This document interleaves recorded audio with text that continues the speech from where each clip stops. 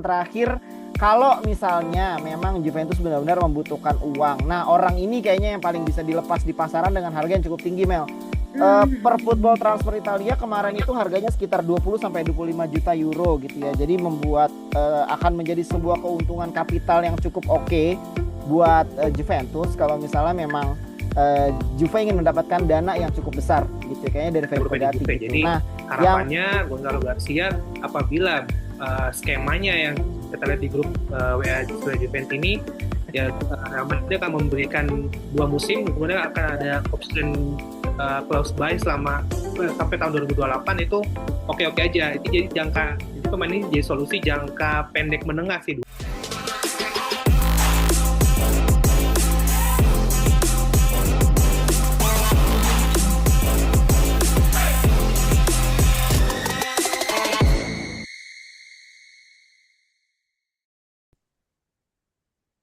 Halo Sobat Suara Juventini. Nah, balik lagi nih bareng aku Amel dan juga tentunya aku nggak sendirian. Aku bersama narasumber kita yaitu Mas Riki dan juga Mas Wandi. Nah, gimana nih Mas Riki sama Mas Wandi? Tadi pulang hujan ya, tapi banjir gak? Banjir gak Mas? parah banjir sih enggak, cuman kacau sih macetnya sih. Macet ya. Kalau Mas Wandi gimana nih Mas Wandi? Aduh, macet parah. Nih, gue dari Cilangsit tadi pulang ke rumah Bekasi macet. Wah, Macet jauh lagi. parah ya. Iya, lumayan Betul, jauh. macet. Tapi kita di sini tetap semangat ya karena kita bakal bahas Juventus dengan rumor-rumor Mercato-nya nih. Kayaknya asik banget ya buat Wuh, dibahas. Nah, Mantap. tapi sebelum kita mulai nih, aku mau kasih tahu gitu ya buat teman-teman suara Juventus ini, kalau misalnya mau bergabung gitu ya, atau misalnya mau menjadi salah satu narasumber seperti Mas Wandi, ini kalian bisa banget. Caranya kalian tinggal bergabung ke membership kita ya. Selain itu kita nanti bakal ada grup WA nih teman-teman ya. Grup WA itu bakalan rame terus dan juga pastinya kalian gak bakalan ketinggalan nih update terbaru tentang Juventus. Nah, terus sekarang kita juga udah ada Kris juga nih, teman-teman bisa langsung scan buat dukungannya terhadap host-host dan juga narasumber kita. Benar ya, Mas ya? betul sekali. Let's go. Oke, kalau gitu kita langsung aja nih masuk ke materinya ya. Atau mau sapa-sapa dulu deh. Tadi kayaknya belum sapa-sapa ya, aku baru Iya. nanya ini kabarnya. Udah, silakan Mas Riki boleh perkenalkan diri dan sapa dulu deh Oke, teman-teman sementara thank Juventini you kita. Amel. Thank you Amel. Halo warga teman-teman Suara Juventini. Kembali lagi bersama kita dari Suara Juventini. Bersama saya Ricky dari Taman Mini. Oke, thank you Mas Riki dari Taman Mini. Kalau Mas Wandi gimana? Silakan Mas Wandi. Halo, saya Wandi Juventini dari Bekasi. Oke, dari Bekasi. Thank you Mas Wandi. Oke, kita langsung masuk aja nih ke materi pertama kita ya. Di sini kita punya tentang Juventus siapkan penjualan pemain nih ya.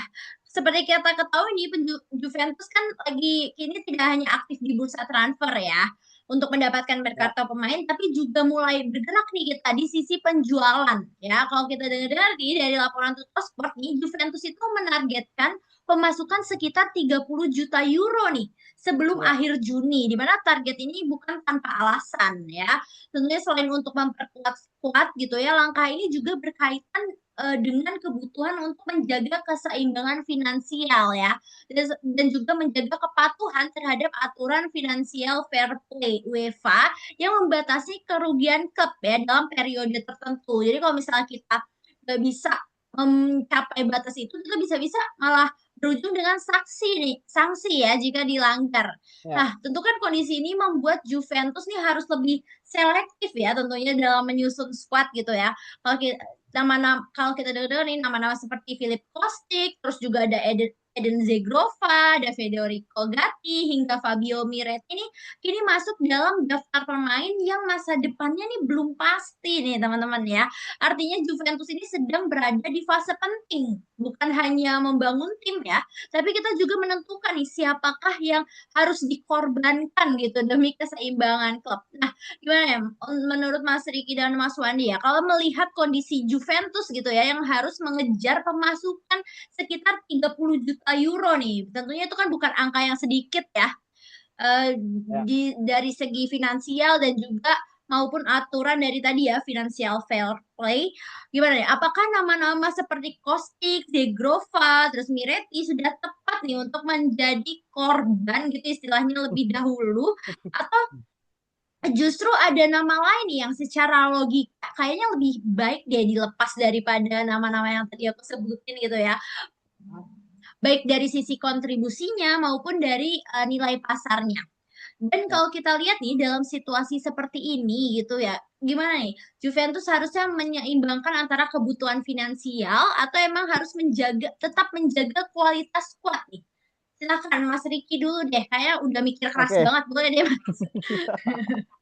Oke, Silakan Mas thank you Riki. Amel. Oke, kita sekarang bahas tentang keuntungan dan kerugian ya. Nah, sebagai catatan pertama bahwa informasi untuk para teman-teman suara Juventus ini, Juventus itu mencatatkan kerugian yang cukup besar nih Mel di tahun buku 2024-2025 kemarin gitu, sampai ke angka Hmm. 58,1 juta euro.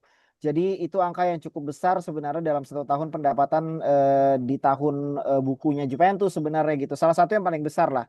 Nah, nama-nama yang tadi Amel sebutin tuh, Filip Kostic, Edon Zegrova, Gatti, sama Miretti. Sebenarnya aku membagi nih, aku mencoba membuat catatan gitu ya, membagi pemain mana aja yang memang seharusnya dilepas atau tidak gitu. Tapi aku coba bagi dalam beberapa poin.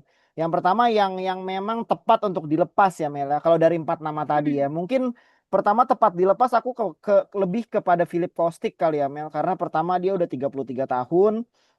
Gajinya walaupun gajinya walaupun dia udah 33 tahun tapi angka gajinya tuh cukup gede saat ini di Juventus gitu ya, walaupun nilai pasar kontraknya udah nurun sekarang Mel dari sekitar cuma 3,5-an doang kali ya, 3,5 juta euroan gitu per football transfer kemarin gua ngecek gitu Mel. Jadi menurutku yang paling layak untuk dilepas dari 4 nama itu mungkin Filip Kostic.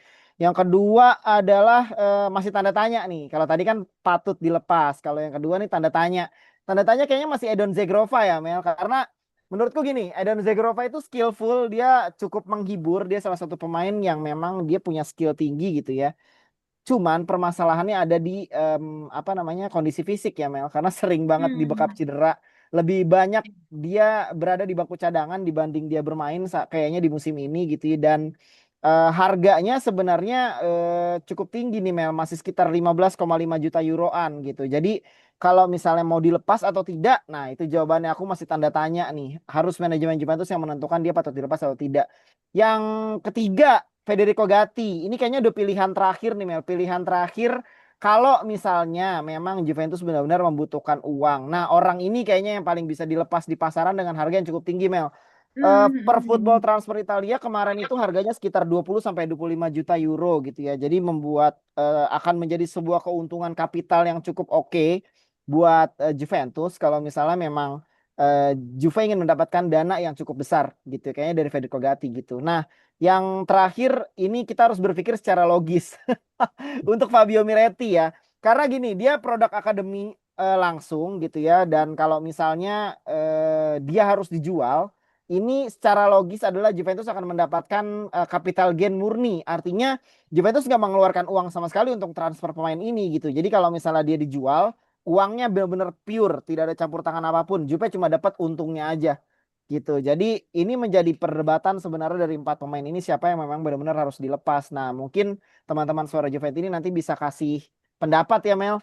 Kira-kira Betul, siapa gitu. Aku betul. coba memberikan pandangan aja gitu ya. Nah, Betul, terus betul, pertanyaan Mas. keduanya tadi, kalau misalnya ditanya siapa yang sebenarnya lebih layak untuk dilepas. Nah, kalau dari Hmm. saya ada 2 nama sebenarnya Mel. Yang pertama Arthur Melo. Arthur Melo dia adalah pemain dengan gaji yang cukup tinggi Mel. Nah, itu Hmm. yang pertama, gaji cukup tinggi. Saat ini dia ada sebagai pemain, saat ini statusnya adalah pemain pinjaman klub lain, dan sepertinya dia tidak akan masuk ke dalam rencana Spalletti musim depan. Hmm. Jadi nama pertama yang gue sarankan untuk dilepas ya secara logiknya kita aja ya, namanya Arthur Melo. Yang kedua Arkadius Milik, udah pasti kayaknya Bang Wandi pasti setuju lah nih sama 2 nama yang gue sebutin ini. Ya kan, Arkadius Milik yang kedua karena usianya udah nggak lagi muda pertama, dan dia menghabiskan waduh hampir 2 tahun kayaknya Bang ya, dia Betul. cedera ya kan, gak main-main gitu. Jadi 2 nama ini kayaknya udah paling logis lah Mel untuk dijual ya. Kalau masih bisa dijual Hmm. bagus, kalau memang harus free transfer lebih baik daripada harus bayarin gajinya mereka berdua gitu Betul, sih betul. Mel. Nah, terakhir ya, pertanyaan terakhir, Iya, gimana cara betul. menyeimbangkan finansial dan kualitas skuad ya? Mungkin gini Mel, Betul. Juventus mungkin harus lebih berpikir kepada coba untuk perpanjangan kontrak dengan biaya yang rendah. Pemain-pemain senior yang memang dianggap sepertinya sudah tidak memberikan kontribusi lebih, sepertinya mungkin mulai harus digantikan oleh para pemain next gen nih, gitu. Karena Juventus sejauh ini kayaknya kan sejauh ini kan sudah menghasilkan cukup banyak beberapa pemain next gen nih, dan Hmm. memang walaupun lebih banyak yang dijual sebenarnya, tapi ada dua orang pemain next gen yang saat ini ada di tim utama kan. Dua orang ya bener ya Bang Wandi ya, si Yildiz sama si Miretti kan, bener ya. Jadi Betul. menurutku akan lebih bijaksana kalau misalnya Juventus mungkin mempertimbangkan lebih kepada mengayomi next gen lah, cobalah mengayomi next gen gitu, toh juga gajinya kecil kok, nggak gede-gede amat gitu, daripada harus memaksakan pemain-pemain senior tapi nggak pernah dimainin di lapangan gitu sih Mel, kan Hmm. sama-sama rugi jatuhnya kan, lebih baik kan mainin pemain next gen, gajinya kecil nggak dimainin juga nggak apa-apa jadinya gitu maksudnya Mel, ya nggak sih. Terus yang kedua mungkin apa namanya, prioritaskan pemain senior untuk dipinjam kali ya Mel ya. Jadi ini mungkin kembali ke habitatnya Juventus yang dulu, cari pemain-pemain senior yang mungkin masih bisa berkontribusi ya. Kayak dulu kan coba kita punya Andrea Pirlo lah, ya kan, yang masih masih udah tua-tua kayak Semi Khedira, Andrea Pirlo itu kan udah tua-tua direkrut Juventus kan, tapi punya kontribusi lebih gitu, sehingga tidak perlu mengeluarkan biaya transfer tapi bisa efektif di lapangan. Gitu sih Mel, dari aku Mel.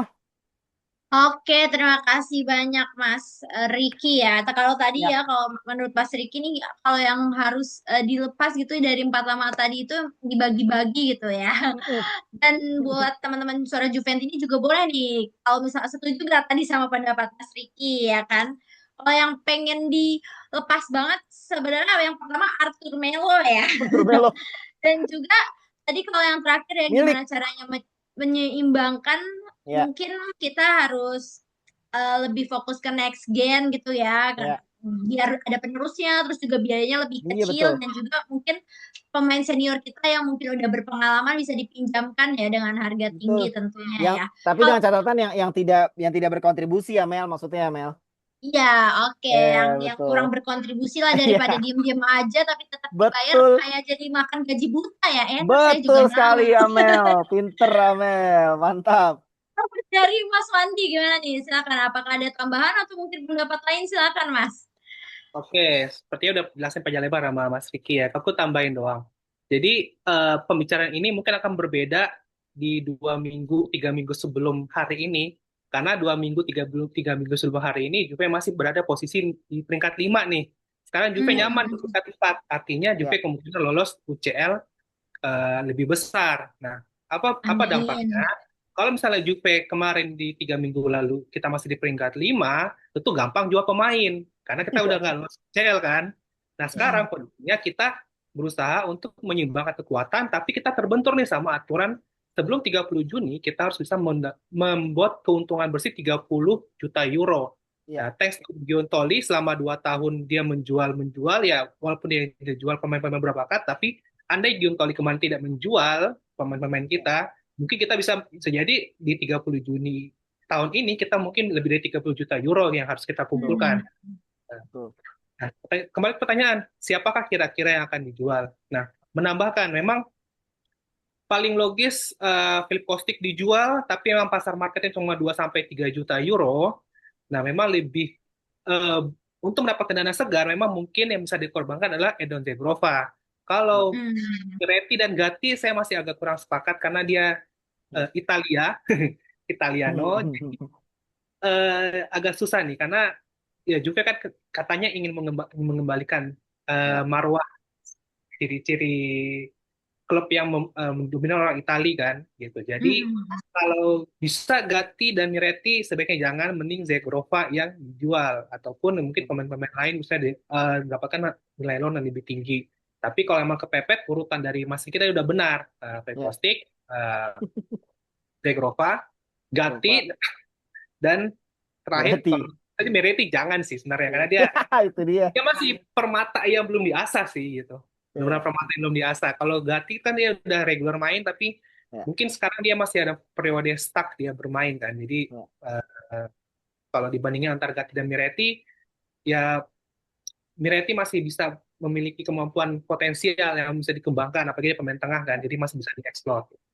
Nah, untuk bagaimana menyimbangkan neraca antara kekuatan dan keseimbangan, ya alhamdulillah Juve kan pada peringkat 4 ini udah lumayan bisa mematahkan posisi ya. Di mudah-mudahan ya 80-90% Juve masih bisa bertahan di zona UCL nih. Berarti emang kita harus fokusnya ke kekuatan, bukan lebih ke bagaimana mengembangkan keuangan. Tentu dengan mindset seperti itu, berarti kita tidak boleh memberikan kita tidak boleh menjual pemain-pemain bintang kita gitu. Nah, pemain-pemain yang sudah deadwood itu bisa kita jual seperti tadi Arthur Melo, eh, ataupun loan misalnya pemain-pemain yang mungkin yang gajinya tinggi atau jual-jual pemain lagi. Tapi tetap kita harus mempertimbangkan kekuatan Juve ke depan, apalagi kalau Juve benar masuk UCL, berarti kita memang harus segera membuat tim yang kompetitif. Nah, Juve memiliki banyak pemain incaran, walaupun yang diincar rata-rata free transfer ya. Itu.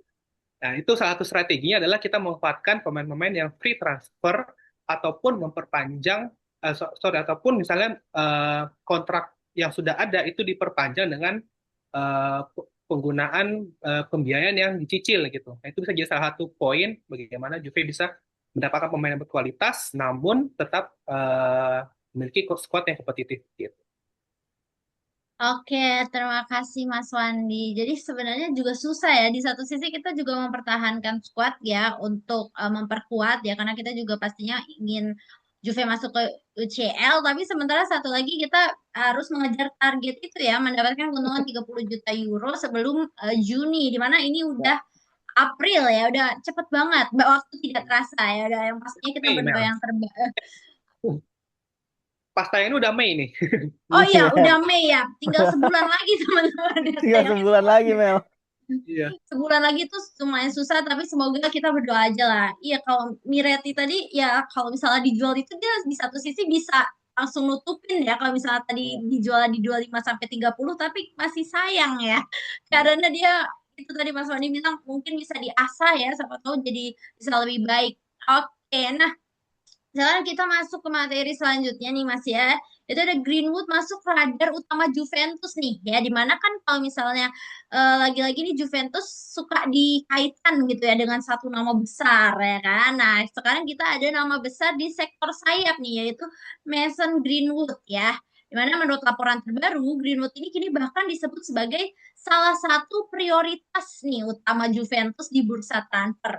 Kalau kita lihat performa Greenwood bersama Marseille di musim ini kan memang cukup mencolok ya, dimana dia tuh berhasil mengembalikan gitu ya level permainannya, terus juga dia berkontribusi gol, assist yang signifikan setelah sempat mengalami penurunan nih saat masih di Manchester United. Nah, kalau kita lihat nih, Juventus ini tidak melihat sebagai sekedar penambahan pemain, tapi sebagai potensi upgrade langsung nih untuk sisi sayap kanan kita, di mana posisi yang saat ini kayaknya tuh masih belum sepenuhnya stabil lah bisa dibilang Ya, ya.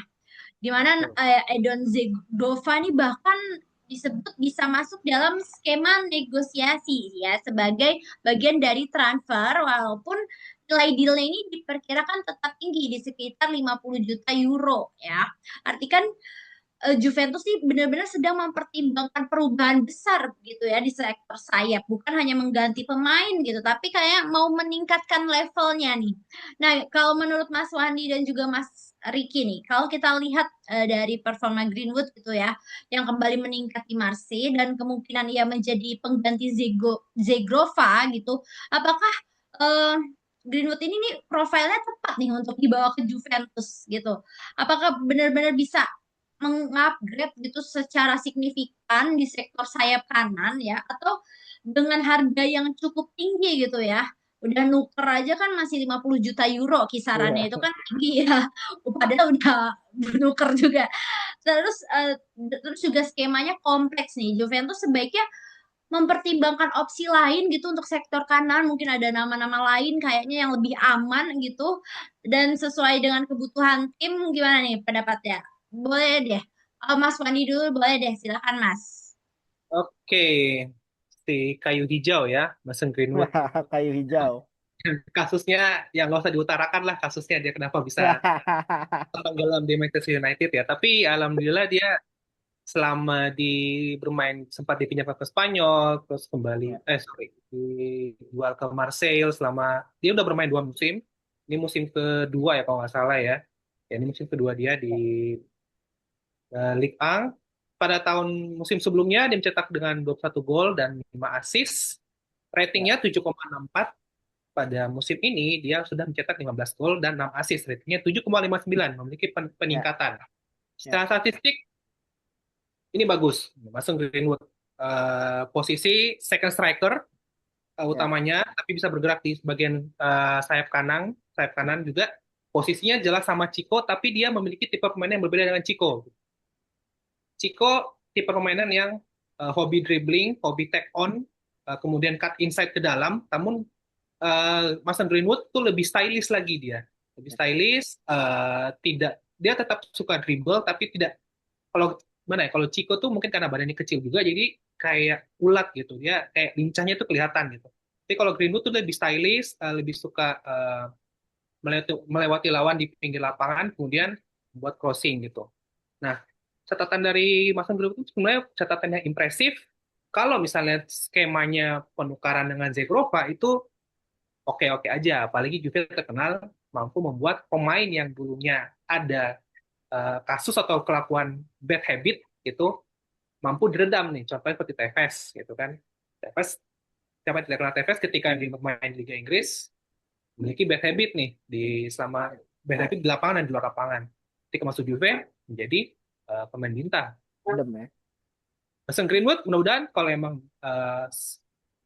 skema penjualannya cocok, skema pembelian pertukarannya cocok, apalagi dia mampu ditukar dengan Zegrova, menurut saya itu bagus gitu. Satu sih yang menarik juga, saya melihat ratingnya Mason Greenwood ketika melawan tim-tim besar itu dia rata-rata poinnya 7 gitu. Artinya ketika timnya kalah pun Mason Greenwood memiliki poin di atas 7 atau hijau. Artinya memang pemain ini mampu menonjol walaupun berada dalam tekanan. Nah, ini yang mungkin kurang di saat ini. Ketika melawan tim besar, kalau sudah seluruh timnya down, otomatis semua down. Semua nilainya merah semua, di bawah 7 semua.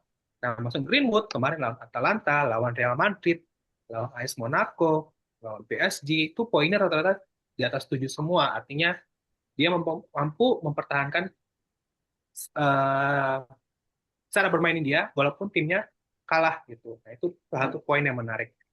Nah, mudah-mudahan kalau emang skemanya cocok, Mason Greenwood bisa masuk. Apakah alternatif lain di sayap kanan? Sebenarnya banyak, banyak yang info-info yang beredar. Tapi Mason Greenwood ini salah satu yang dia lumayan bisa menarik gitu untuk dicoba gitu. Apalagi dia memiliki tipe permainan yang berbeda dengan Chico. Jadi ketika misalnya Chico buntu, masukkan Mason Greenwood itu bisa merubah cara bermain Juve gitu. Mungkin itu. Nah, Oke, terima kasih Mas Wandi. Berarti kalau misalnya Mas Wandi kayaknya setuju-setuju aja gitu ya untuk kalau misalnya kita membeli sayap kanan Marseille Greenwood, Greenwood ya dari Marseille ya. Dimana dia tuh kalau dari data permainan juga dia tadi ya dari tadi 1 gol 5 assist jadi nambah, terus juga ratingnya dari 7,8 jadi nambah ya Mas ya. Dan juga kalau walaupun dalam tekanan besar, melawan klub-klub besar, dia tetap hijau ya, ratingnya nggak merah kayak baju saya. Ya udah kalau gitu, kalau dari Mas Riki, gimana nih Mas? Oke, thank you Amel. Oke, Mason Greenwood ya, nama ini sebenarnya cukup terkenal ya beberapa tahun yang lalu ya. Dia adalah proyek pemain muda, salah satu pemain muda terbaik Manchester United sebenarnya Mel. Manchester United tuh Mel, ya kan? Amel suka kan? Jangan di-spill Oke, dulu, Mas. jangan di-spill ya. Oke, kalau misalnya secara profil jelas dia masuk Mel, kayaknya Mas. ya. Kalau menurut saya dia masuk sebagai profil pemain sayap kanan yang memang saat ini dibutuhkan Juventus. Performanya sangat bagus. Tadi udah dibacain sama Mas Wandi, dia di Marcel musim ini udah catatin 25 gol dan 10 assist di semua kompetisi. Jadi memang secara produktivitas pemain ini sangat bagus gitu ya. Apalagi umurnya juga sudah memasuki umur-umur pemain emas nih Mel. Maksudnya pemain-pemain yang memang harusnya sudah berada di jalur puncak karirnya gitu. Jadi secara kematangan dan juga secara umur dia sudah sangat cocok untuk masuk ke skuad Juventus saat ini gitu ya. Lalu dia salah satu penyumbang skor terbanyak ya kan. Jadi dia goal scorer juga. Itu yang saat ini memang kita butuhkan Mel, pemain-pemain yang memang bisa mencetak gol gitu ya, klinis depan gawang yang saat ini sebenarnya belum dimiliki sepenuhnya oleh Juventus gitu ya. Para striker kita bahkan situasi one on one aja kadang masih melenceng kemana-mana gitu ya. Jadi Mm-mm. mungkin pemain-pemain yang punya apa namanya sifat atau kemampuan klinis di depan gawang itu yang memang saat ini dibutuhkan banget gitu ya. Dan kebutuhan taktisnya juga sangat memenuhi Mel karena memang Juventus sangat sekali membutuhkan backupnya Francesco Conceição ya Mel karena Conceição benar-benar sendirian saat ini. Ya kita punya Edon de Grova tapi ya kita sama-sama tahu bahwa Edon masih bermasalah dengan kondisi fisik selalu seperti itu dan kita sebagai Juventini sebenarnya sudah mulai bosan menunggu Edon ya kan kapan Edon bermain secara reguler dan juga bisa memberikan kontribusi yang bagus gitu. Sampai saat ini kita belum benar-benar menemukan sampai di mana sih sebenarnya Edon Zegrova ini gitu. Jadi sepertinya kita akan capek ya nunggu Edon ya.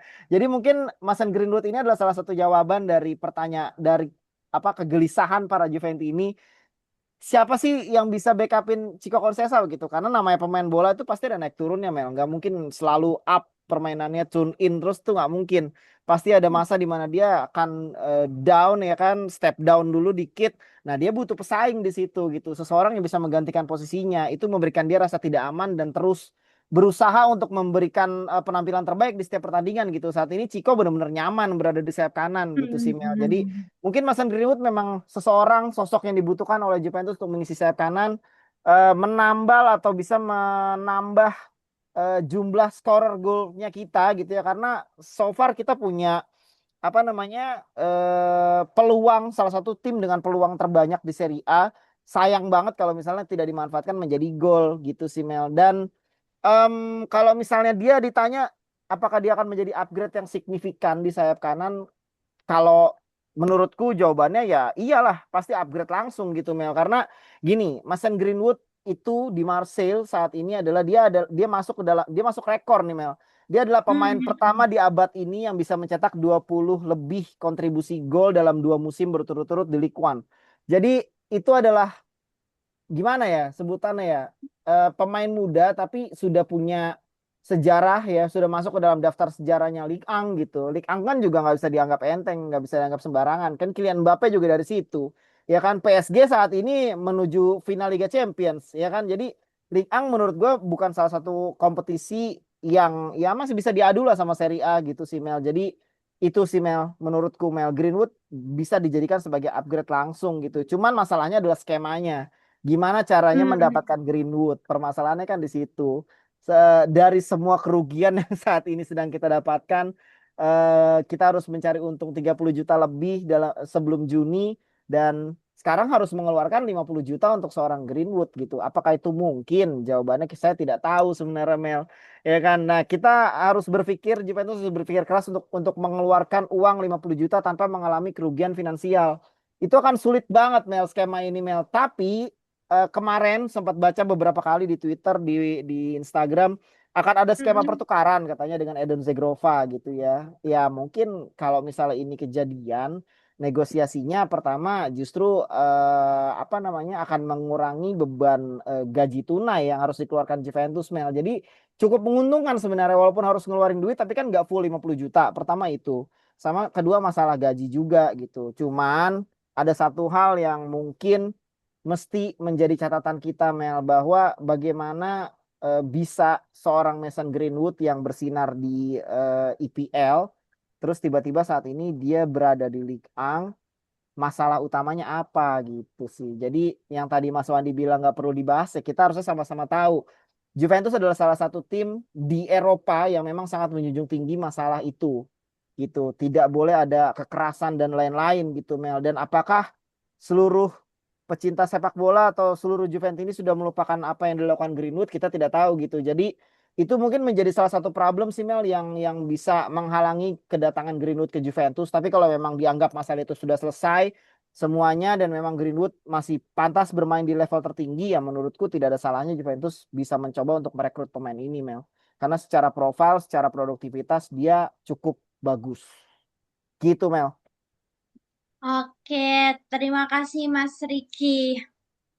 Ya. Oke, kita langsung masuk aja ya ke pertanyaan terakhir ya, di mana Juventus kan kembali memantau opsi di lini tengah nih. Kali ini kan mengarah ke pemain muda yaitu Real Madrid ya. Kalau misalnya kita lihat dari laporan terbaru itu kan Juventus sudah mulai meminta informasi nih dan mengikuti perkembangan sang striker ya yang saat ini kesulitan mendapatkan menit bermain ya, yaitu tadi namanya itu adalah Gonzalo Garcia ya, di mana Ya. dia adalah pemain muda Real Madrid.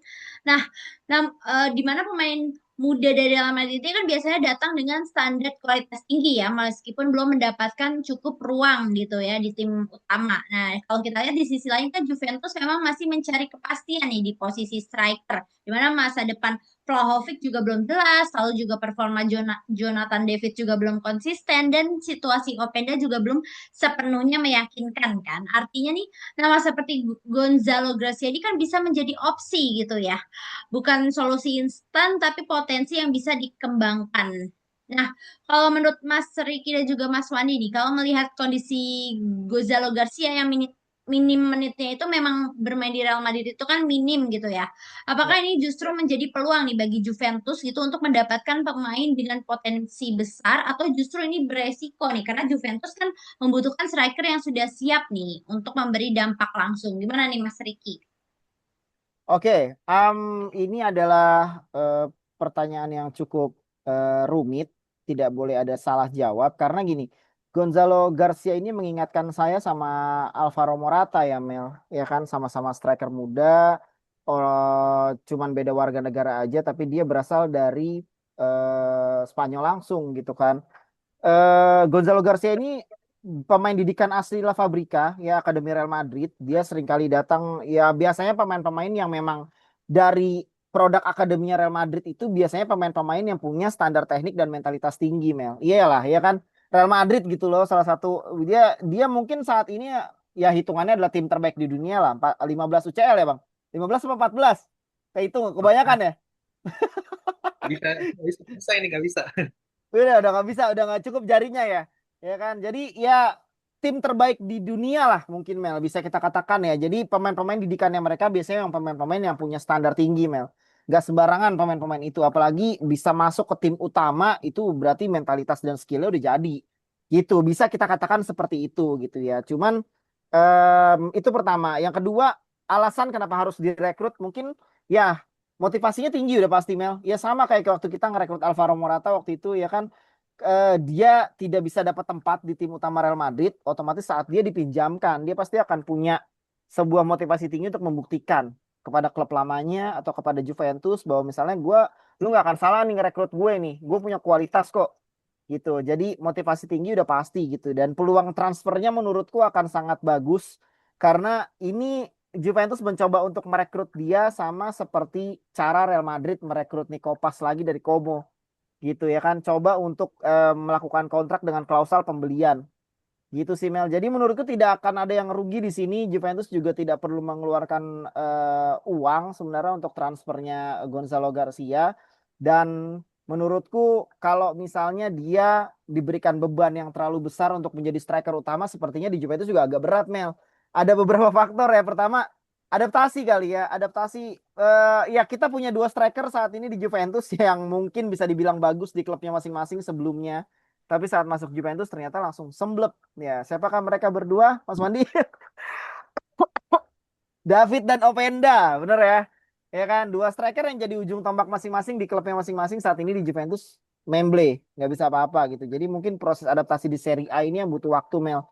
Nggak semua pemain bagus saat dia berada di Serie A, dia bisa benar-benar langsung tune in gitu ya. Dan yang kedua, menurutku mungkin mentalitas pemain sebagai tim utama. Ya, karena di Real Madrid, ya walaupun dia sempat main kemarin di Piala Dunia antar klub, dia bermain cukup oke, tapi dia hampir tidak pernah bermain di tim inti atau tim utamanya Real Madrid saat ini gitu. Jadi kalau misalnya dia menuju Juventus dan masuk ke tim utama gitu ya, menurutku akan sangat diuji nih Mel. Menurutku Mel, dia juga tetap harus bersaing dong. Masih ada Kenan Yildiz, masih ada Dusan Vlahovic gitu ya. Pemain ini cukup cukup fleksibel sebenarnya, cukup versatile. Dia nggak cuma bisa bermain sebagai striker, dia punya kemampuan sebagai second striker, sebagai wing juga dia bisa gitu. Jadi mungkin Spalletti kalau misalnya punya dia sebenarnya cukup cukup di ini sih, cukup diuntungkan ya menurutku ya. tinggal di otak-atik aja nih anak nyamannya mainnya di mana gitu ya. Dan yang terakhir menurutku untung kalau misalnya dapetin dia mungkin solusi jangka panjang ya Mel ya. Siapa tahu memang kita seperti saat kita merekrut Alvaro Morata saat itu ya, nggak ada yang nyangka Alvaro Morata di Juventus jadi bintang. Dia bagus gitu ya dan dia cocok, dia punya tandem bersama Tevez dan dia tune in gitu, dia bagus gitu. Dan siapa tahu Gonzalo Garcia mungkin bisa jadi salah satu pemain muda yang memang cocok di Juventus gitu. Kita banyak kok pemain-pemain muda yang memang sebelumnya di timnya nggak kepake kayak Paul Pogba gitu ya kan, sama sekarang ada Gonzalo Garcia. Siapa tahu kalau jadi gitu ya, gue berharapnya sih Juventus bisa memberikan dampak lebih lah untuk seorang Gonzalo Garcia Mel. Ya, kalau Silakan menurut Mas Wandi, Kak. kalau menurut gue sih Gonzalo Garcia ya, sebenarnya kita dapat potensi kayak Alvaro Morata ya, dengan striker Spanyol sih, kita selalu pengalaman striker Spanyol di Juve selain Morata, Lorente juga, Lorente Spanyol kan ya kalau nggak Ya, salah ya. iya betul, Spanyol juga. Jadi ya dua pemain itu menunjukkan kelasnya ketika bermain di Juve. Jadi harapannya Gonzalo Garcia apabila skemanya yang kita lihat di grup WA Suria Juventus ini, ya Real Madrid akan memberikan 2 musim, kemudian akan ada Ya, option close buy selama sampai tahun 2028 itu ya. oke-oke aja. Itu jadi pemain ini jadi solusi jangka pendek menengah sih 2 tahun. Bagus Gonzalo Garcia gitu. Mantap. Oke, terima kasih Mas Wandi. Oke, terima kasih Mas Wandi dan juga Mas Riki. Nah, itu dia teman-teman Juventus ini pembahasan kita tentang news-news Mercato di Juventus. Kalau gitu saatnya aku Amel dan juga narasumber kita Mas Wandi dan Mas Riki pamit undur diri. Jangan lupa teman-teman buat like, comment, share yang banyak ya. Dan yang belum subscribe langsung aja subscribe, nyalain lonceng biar gak ketinggalan sama video-video terbaru kita. Kalau gitu kita pamit dulu undur diri teman-teman. Terima kasih. Kita tutup dengan final fine. Forza Forza Juve. Juve.